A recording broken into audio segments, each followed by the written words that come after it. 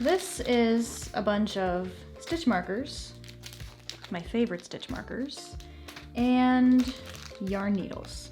I love these yarn needles, mainly because of the case. I can't open this one. Hold on.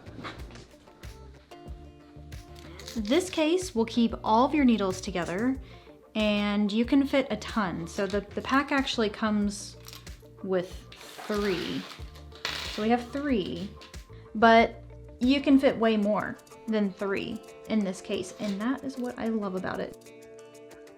You can keep all of your needles safe and together and all in the same spot. This is the safest way to store your needles because they get lost in couch cushions, and that's the last thing you want to sit on.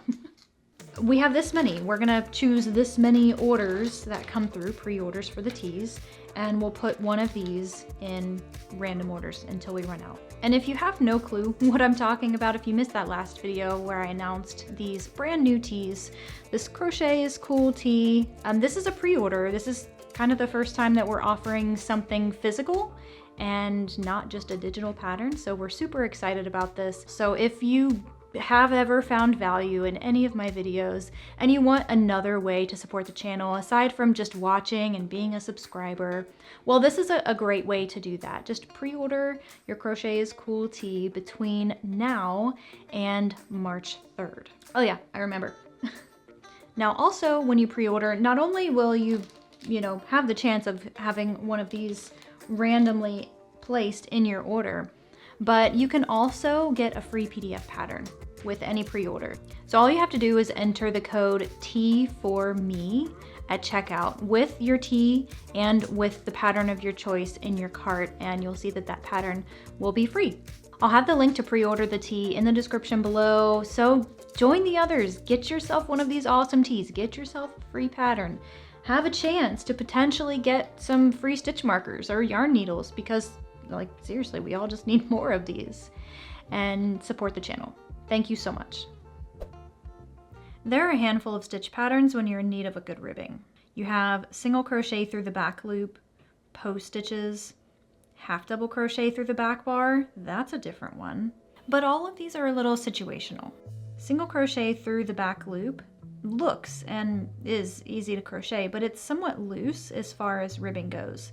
Post stitches are fun and interesting to crochet, and I'm pretty sure like every single one of my early projects that needed ribbing used this stitch.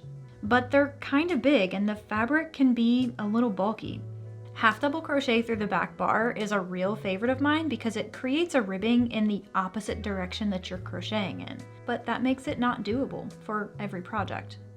Now don't get me wrong, I have used and loved all of these stitches at some point or another, and they're still great for a lot of projects. But when we're talking about a universal ribbing, one that's a little more versatile than the ones that we've previously discussed, there's one that really takes the cake. This is a hat project that I have been working on since about December, believe it or not. This one I have been taking my time on. I really think that you're going to love the way this hat comes together. I know, just like take that in for a second. I'm not telling you anymore. That's all you get for now. This one's almost done. It's in the grading process. I'm working through a couple of the sizes because I really want to make sure that it's right.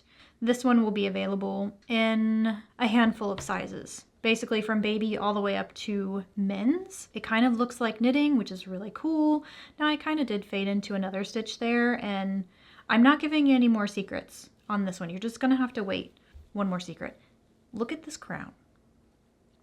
I don't even know if you can, like, is this in focus for you? Yeah. You're gonna love it. That's all I'm gonna say. You're gonna love it. You're gonna love how this comes together. Next video, probably the next video will be the tutorial for this one.